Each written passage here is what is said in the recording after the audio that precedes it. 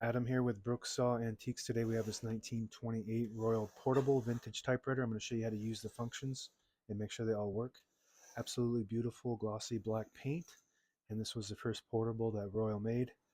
Up top are the margins. This is your left margin. I'm going to set this one around 2 or 3 and the right one around 75. That's about the length of a page. And there's a scale up there to tell you exactly what space you're on.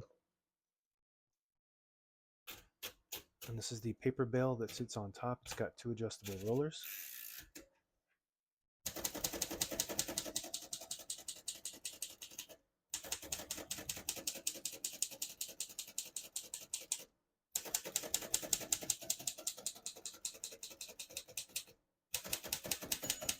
Once you hear the bell, you're at the end of the margin. Hit this line space, get you back to the beginning. It skips 1 or 2 spaces. Right now we have it on single.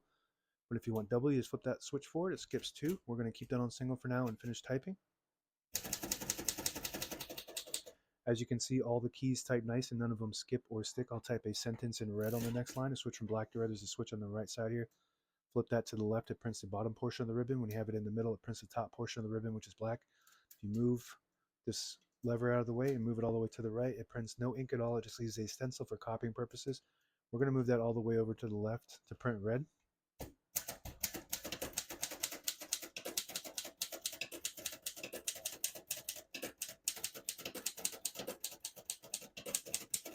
Beautiful typing machine. Almost 100 years old and it still works like it did on day one.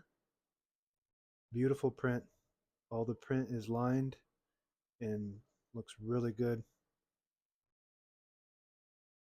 Really impressed with this model. The touch feels heavy, a little heavy, but cushioned and fast and responsive.